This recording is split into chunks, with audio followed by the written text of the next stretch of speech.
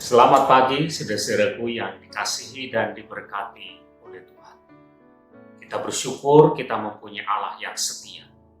Dan dikatakan bahwa tidak pernah sekejap pun Tuhan meninggalkan kita. Saudara, pernah ada sebuah penelitian tentang kesuksesan atau kegagalan seseorang. Dari penelitian itu didapatkan data bahwa ternyata kesuksesan atau kegagalan seseorang dalam hidupnya sangat dipengaruhi oleh kebiasaan-kebiasaan yang ia lakukan. Kebiasaan itu adalah sesuatu yang dilakukan terus-menerus berulang-ulang sehingga itu membentuk sifat atau karakter hidup seseorang. Orang yang punya kebiasaan malas, lebih suka tidur, yang menunda-nunda atau mengulur-ngulur waktu. Orang-orang yang punya kebiasaan marah, yang tidak bisa mengendalikan diri, atau menganggap enteng sesuatu, cenderung menjadi orang-orang yang gagal dalam hidupnya. Tetapi sebaliknya, kalau orang punya kebiasaan, dia rajin, dia tekun, dia sungguh-sungguh, dia serius, dia adalah orang yang bisa mengendalikan dirinya, maka orang-orang itu cenderung menjadi orang-orang yang berhasil, yang sukses dalam hidupnya. Saudara, bagaimana dengan diri kita? Tentu kita ingin supaya hidup kita sukses, berhasil dalam segala hal. Nah, kalau demikian saudara, maka kita harus ingat, kita harus lihat kembali apa kebiasaan-kebiasaan yang selama ini kita lakukan dan itu sangat mempengaruhi kehidupan kita.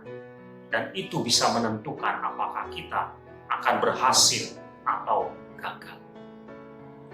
Saudara, firman Tuhan yang tertulis di dalam Amsal pasal 13 ayat yang keempat mengatakan demikian.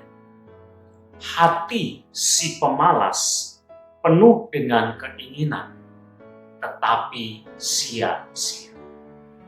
Sedangkan hati orang yang rajin diberi kelimpahan.